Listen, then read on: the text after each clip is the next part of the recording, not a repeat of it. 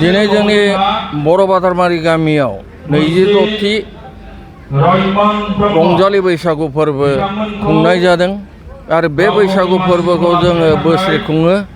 खारन बैसागुआ जोंनि गोदो गोदाय आबै आबौमोननिफ्राय सोलिबोनाय मोनसे फोरबो। बे फोरबोखौ जोङो जेब्लायबो गारनो हाया आरो अराय सम जोङो बेबादिनो बे बर' बातारमारि गामियाव खुंलांबाय थागोन आरो जोङो बेखौनो लुबैयो जे गासिबो दुलाराय जोंनि BTCनि जा आसामनि जा जोंनि रंजालि बैसागु फोरबो खुंनायाव जोंनि माहारिनि दामजु लानानै जेरै सेरजा सिफुं जथा खाम लानानै जाहाथे रंजायो मोसायो आरो रंजागिरिफ्राबो जाहाथे गावनि हारिनि गाननाय जोमनायखौ गाननानै रंजायो आरो अराय सम जाहाथे बिथांमोनहा बे फोरबोआव गावनिफ्राय देरसिनफोरखौ मान होनानै उन्दै गथ'फोरखौ अननाय जासियो। बेखौनो जोङो अराय जोंनि बर' बातारमारि गामि तरफनिफ्राय खावलायहरो। खारन जोंनि बर' बातारमारि गामियावल' बैसागु फोरबो खुंनाय जाया, गासिबो जायगायावनो जोंनि बर' माहारिया खुङो आरो बे खुंनाया जाहाथे जोंनि बे जायगानि अनगायैबो गुबुनावबो जोंनि जेरै जों दा लुबैयो हारिनि गाननाय जोमनाय दामजु लानानै मोसानाय रंजानायखौ फालियो, बेखौनो आं खावलायो। आरो दा बेखौ माखासे बिबुंथि लाखिनो थाखाय जोंनिनो गामिनिनो गावबुरा बिथांखौबो आङो खावलायहरनाय जाबाय। बिनेशवरनि मुङाव इन मेमरि अफ बिनेशवर ब्रह्मनि मुङाव फालिनायाव जोंहा जोंनि बे मिडिया पार्सन बिथांमोननिसिम आंनि रोजा रोजा साबायखर थाबाय आरो लोगोसे गामिनि आइ आफा बिदा बिनानाव बिब' फंबाय गासिनिबो आंनि गोसो गोरबोनि गोदान बोसोरनि गोजोन हामलायनायखौ जासिग्रोबाय आरो सारा बुहुमनि बर'फोरनोबो आङो दिनैनि बे मिडियानि गेजेरजों आङो आंनि गोसो गोरबोनि साबायखर हामलायनाय आरो बोरखौ जासिहरबाय। जाहाथे देग्लायनि बोसोराव बयबो आलो गोजोनै रायजो जानो हायो। नों दानागार आं दानागार बयजोंबो हेफाजाब होलायो आरो सान्थि जोंनि बर' हारिनि गेजेराव जाहाथे अरायबो सान्थिया फैयो, आं बेखौ दिनैनि बे मिडियानि गेजेरजों साफ्रोमबो बर'फोरनि गेजेराव आं खावलायहरबाय। दा दिनै जोङो जोंनि बर' बातारमारिया बैसागु फोरबो फालिनाया दिनैसिम 26थि बोसोर जाबाय। बेखौ जोंनि दिथागिरि हिसाबै जोंनिनो मुंख्लं आंनिनो आमायसो जायो असे बिनेशवर ब्रह्मआ जोंखौ जौसाङाव बैसागु फालिनो थाखाय जोंखौ बोसोन होलांदों। दासिम जों बिनि बोसोन बायदियै जों दासिमबो फालिगासिनो दङ।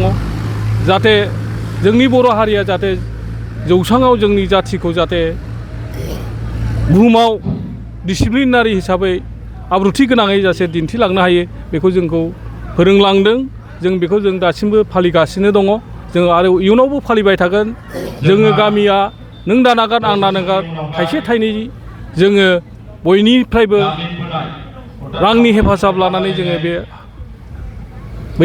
रंजालि बैसागु फोरबोखौ फालिनायाव हेफाजाब होदों आरो हेफाजाब होबाय थागोन। गामिया बे खुंनायनि हाबाफारियाव जोंनि रांखान्थिया जेखि जाया मानो जोङो अरायबो खुंलांबाय थागोन आरो जोङो दिनैनि बे रंजालि बैसागुआव जाय बिथांमोना बाहागो लाफैगोन बिथांमोनाबो जाहाथे आब्रुथियै बाहागो लायो आरो जोंनि हारिमुखौ जाहाथे मोजाङै दिन्थियो, दामनाय देनाय गाननाय जोमनाय जाहाथे डिसिप्लिन जायो, जोंनि हारिमुखौ जाहाथे जौगाहोनायाव बा बुहुमाव गोसारहोनो हायो। जों बेखिनिखौ आङो मिजिंथिबाय।